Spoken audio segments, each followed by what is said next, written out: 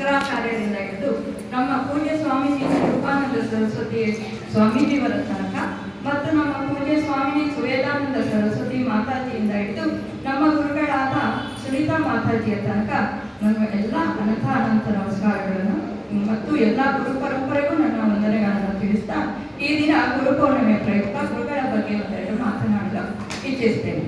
ಮೊದಲು ಗುರು ಅಂದರೆ ನಮ್ಮಲ್ಲಿರೋ ಅಂಧಕಾರವನ್ನ ಅಂದರೆ ಅಜ್ಞಾನವನ್ನ ನಮ್ಮ ಮನಸ್ಸಿನಲ್ಲಿರುವಂತಹ ರಾಗ ದ್ವೇಷ ಕೋಪ ತಾಪ ಸಕಲ ಅನಿಷ್ಟಗಳನ್ನ ಬೇರು ಸಹಿತ ಜ್ಞಾನದಿಂದ ತೆಗೆದುಹಾಕೋದು ಸದ್ಗುರುಗಳು ಮಾತ್ರ.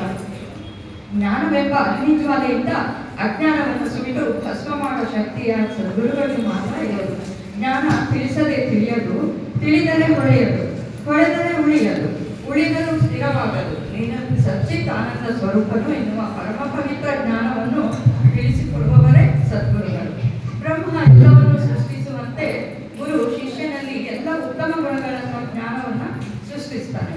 ಮತ್ತೆ ವಿಷ್ಣು ಎಲ್ಲವನ್ನು ರಕ್ಷಿಸುವಂತೆ ಪೋಷಿಸುವಂತೆ ಗುರು ಶಿಷ್ಯನನ್ನ ಎಲ್ಲ ರೀತಿಯಿಂದ ಸಲಹೆ ಮಾಡ್ತಾನೆ. ಮಹೇಶ್ವರನು ನಾಶ ಮಾಡುವಂತೆ ಲಯಕಾರಕನಾಗಿರುವಂತೆ ಗುರು ಶಿಷ್ಯನಲ್ಲಿರುವ ಅವಗುಣಗಳನ್ನ ಅಜ್ಞಾನವನ್ನ ಸಕನಾಶ ಮಾಡ್ತಾನೆ. ಆದ್ದರಿಂದ ಗುರುವಿಗೆ ಸಾಕ್ಷಾತ್ ಬ್ರಹ್ಮ ವಿಷ್ಣು ಮಹೇಶ್ವರನ್ನ ಹೋಲಿಸಿದ್ದಾರೆ. ಆದ್ದರಿಂದ ಗುರುವನ್ನ ಸಾಕ್ಷಾತ್ ಪರಬ್ರಹ್ಮ ಅಂತ ಕರೀತಾರೆ. ಕಣ್ಣಿಗೆ ಕಾಣದ ದೇವರನ್ನ ನಾವು ಕಾಣುವುದು ಸಾಧ್ಯವಿಲ್ಲ, ಸದ್ಗುರಿನಲ್ಲಿ ಮಾತ್ರ ನಾವು ಕಾಣ್ತೇವೆ. ಗುರು ಜಾತಿ ಮತ ಭೇದ ಪಂಥ ದೇಶ ಯಾವುದು ನೋಡದೆ ತನ್ನ ಶಿಕ್ಷಣಿಗೆ ಮನಪೂರ್ವಕವಾಗಿ ಜ್ಞಾನವನ್ನ ಧಾರೆ ಎತ್ತು ಕೊಡ್ತಾನೆ. ಮತ್ತೆ ಇಂಥ ಗುರುಗಳೇ ಸದ್ಗುರುಗಳೆನಿಸ್ಕೊಳ್ಳೋದಕ್ಕೆ ಸಾಧ್ಯ. ಅಂತಹ ಸದ್ಗುರುಗಳಿಗೆ ನನ್ನ ಕೋಟಿ ಕೋಟಿ ಪ್ರಣಾಮಗಳು. ನಮ್ಮ ಭಾರತೀಯ ಸಂಸ್ಕೃತಿಯಲ್ಲಿ ಗುರುವಿಗೆ ಬಹಳ ಮಹತ್ವದ ಸ್ಥಾನ ಉಂಟಿದೆ. ಏಕೆಂದ್ರೆ ಗುರು ಈ ಘೋರ ಸಂಸಾರ ಸಾಗರವನ್ನು ದಾಟುವ ಮಾರ್ಗದರ್ಶನ ಮಾಡುವ ಒಂದು ಮಾರ್ಗಬಂಧು ಆಗಿರ್ತಾರೆ. ಗುರು ತಾನು ಕೂಡ ಸಂಸಾರ ಸಾಗರವನ್ನು ದಾಟಿರ್ತಾರೆ. ಹೀಗಾಗಿ ಅವರು ಇತರರನ್ನು ಕೂಡ ದಾಟಿಸಲು ನಿಶ್ಚಿತ ಮಾರ್ಗವನ್ನು ಬಲ್ಲವರಾಗಿರ್ತಾರೆ. ದಾಟಿದವರು ಮಾತ್ರ ದಾಟಿಸೋದಿಕ್ಕೆ ಸಾಧ್ಯ. ಈ ವಿವೇಕ ಚೂಡಾಮಣಿಯಲ್ಲಿ ಒಂದು ಶ್ಲೋಕ ಇದೆ. ಮಾ ಭೈಷ್ಯ ವಿದ್ವಾಂಸ್ತವನಾಸ್ತು ಪಾಯಃ ಸಂಸಾರ ಸಿಂಧೋಸ್ತರಣೇಸ್ತು ಪಾಯಃ ಏನೈವ ಯಾತಾಯತಯೋಸ್ಯ ಪಾರಂ ತಮೇವ ಮಾರ್ಗಂ ತವ ನಿರ್ದಿಶ್ಯಾಮಿ. ಅಂದ್ರೆ ಸಂಸಾರದ ತಾಪದಲ್ಲಿ ನೊಂದು ಬೆಂದು ಶರಣಾಗಿ ಬಂದಂತ ಶಿಷ್ಯನಿಗೆ ಗುರು ಹೀಗೆ ಹೇಳ್ತಾ ಇದ್ದಾರೆ. ಹೇ ವಿದ್ವಾಂಸನೇ,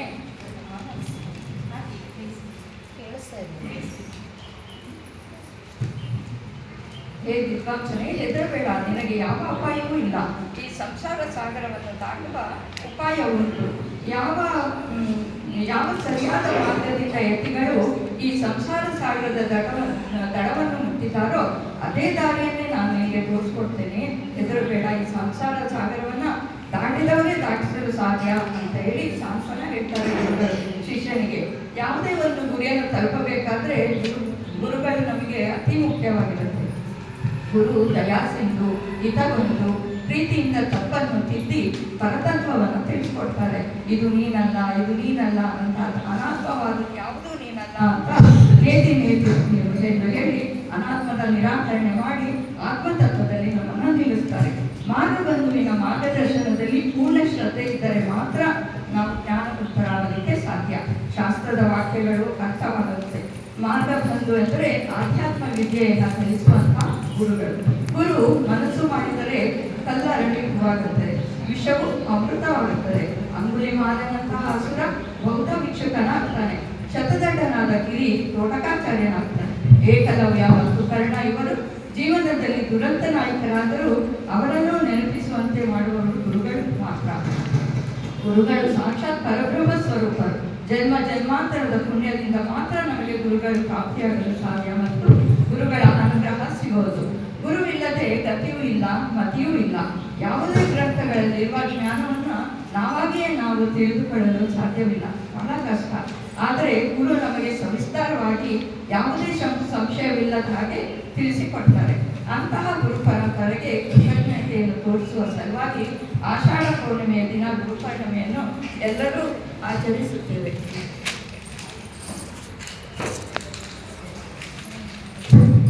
ಗುರು ಬಂಧನವನ್ನು ಕಡಿದೊಗೆಯುತ್ತಾರೆ. ಮಾನವ ಜನ್ಮ ಜನ್ಮ ಶ್ರೇಷ್ಠ ಇದನ್ನು ಹಾಡು ಮಾಡಿಕೊಳ್ಳದಿರಿ ಉಚ್ಚಪ್ಪಗಳಿರ ಎಂದು ಎಚ್ಚರಿಸ್ತಾರೆ. ಇಂತಹ ಗುರುವಿನ ಸ್ಮರಣೆ ಮಾಡುವುದೇ ಗುರುಪೌರ್ಣಿಮೆಯ ಒಂದು ಉದ್ದೇಶವಾಗಿದೆ.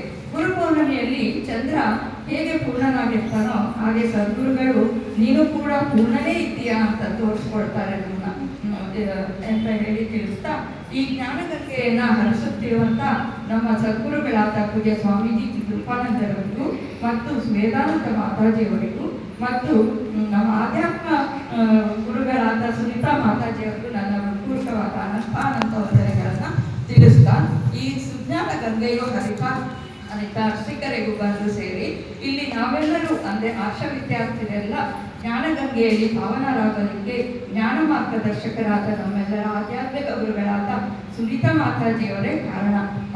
ಅವರು ತಿಳಿದು ನಮಗೂ ತಿಳಿಸ್ತಾ ಇದ್ದಾರೆ. ಹಾಗಾಗಿ ಸದಾ ಅವರಿಂದ ಅರ್ಸಿಕೆರೆ ಆಶಾ ವಿದ್ಯಾಪೀಠದಲ್ಲಿ ಈ ಜ್ಞಾನ ಜ್ಯೋತಿ ಮಂದಿರದಲ್ಲಿ ಜ್ಞಾನ ಗಂಗೆನೇ ಹರಿತಾ ಇದೆ. ಆದ್ದರಿಂದ ಅವರಿಗೂ ಮತ್ತು ಗುರುಗಳ ಪರಂಪರೆಗೂ ನನ್ನ ಹೃತ್ಪೂರ್ವಕವಾದ ವಂದನೆಗಳನ್ನು ತಿಳಿಸ್ತಾ ನನ್ನ ಮಾತುಗಳನ್ನು ಗುರುಗಳ ಪಾದಗಳಿಗೆ ಅರ್ಪಿಸ್ತಾ ಇದ್ದೇನೆ. ಜೈ ಶ್ರೀ ರಾಮ, ಜೈ ಶ್ರೀ